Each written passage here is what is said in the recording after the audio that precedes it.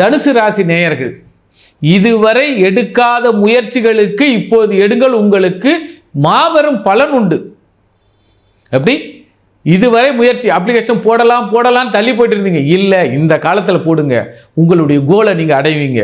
ஏனென்றால் மிக சிறந்த எதிர்காலம், தொலைநோக்கு பார்வை, ஒரு லாங் எய்மை வச்சிருந்த நீங்க அதற்கு காலம் இப்போது. இந்த காலத்தை செயல்படுத்துங்க, உங்களுடைய வெற்றிகளை மிக சுலபமாக அடைவீர்கள். அதே நேரத்தில் அரசாங்கத்திலோ மூத்த பிள்ளையோ அல்லது தங்க நகைகள், அது ஒரு பெண்களாக இருக்குன்னு பார்த்துங்களா, இதனால் வரை ஒரு 10 பவுன் எடுக்கணும்னு நினைப்பீங்க. ஆனால் இந்த காலத்தில் அதுக்கான முயற்சிகள் எடுங்க, இருக்கிற நகையை மாற்றுங்க, அந்த நகைகள் கூடுதலாக சிறப்பாக உங்களுக்கு கிடைக்கும். 5 பவுன் வச்சிருந்தா இப்போ 7 பவுன் உங்களால் வாங்க முடியும். ஆக முயற்சியின் படியில் முன்னேற்றம், மாபெரும் முன்னேற்றம். அதாவது இதை எப்படி சொல்லுவோம், சிறு துளி பெருவெள்ளம். இப்போ உதாரணம், ஒரு கோயிலுக்கு போறீங்க, உங்களுக்கு முன்னாடி 1.5 மணி நேரமா கோயில் பூஜைகள் நடந்திருக்கும். ஆனால் நீங்கள் போன பிறகுதான், போன உடனே உங்களுக்கு தரிசனம், திரை விலகி இறைவனை காண்பவர், அந்த காணுதல் உங்களுக்கு. அதுபோல இந்த காலம் உங்களுக்கு மாபெரும் பொன்னான காலம்.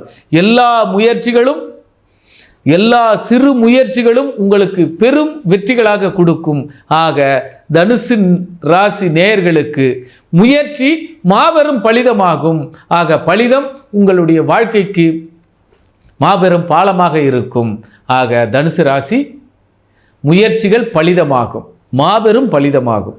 உங்களுடைய தந்தையோ அல்லது பூர்வீகமோ அல்லது பல நாள் கனவுன்னு சொல்லுவோம், இது பல நாள் ஏக்கம்னு சொல்லுவோம், பல நாள் முயற்சின்னு சொல்லுவோம், சிறு துள்ளி பெருவெள்ளம்.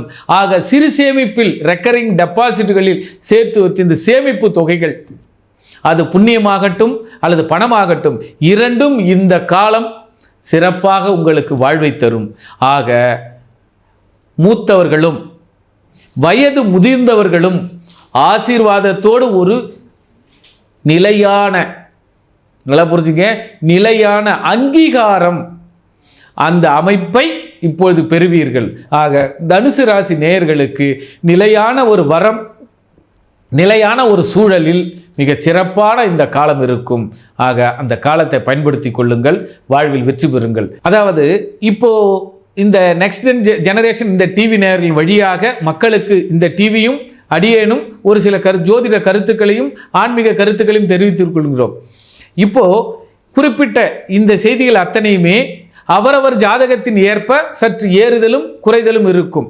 ஆக இந்த டிவியின் வழியாக நல்ல செய்திகளை கேட்போம், நல்லதை பார்ப்போம், நல்லதோடு உறவாடுவோம். ஆக இந்த டிவியையும் ஜோதிட ஆலோசனைக்கு என்றும் உங்கள் கேதுவின் காதலன். நன்றி, நமஸ்காரம்.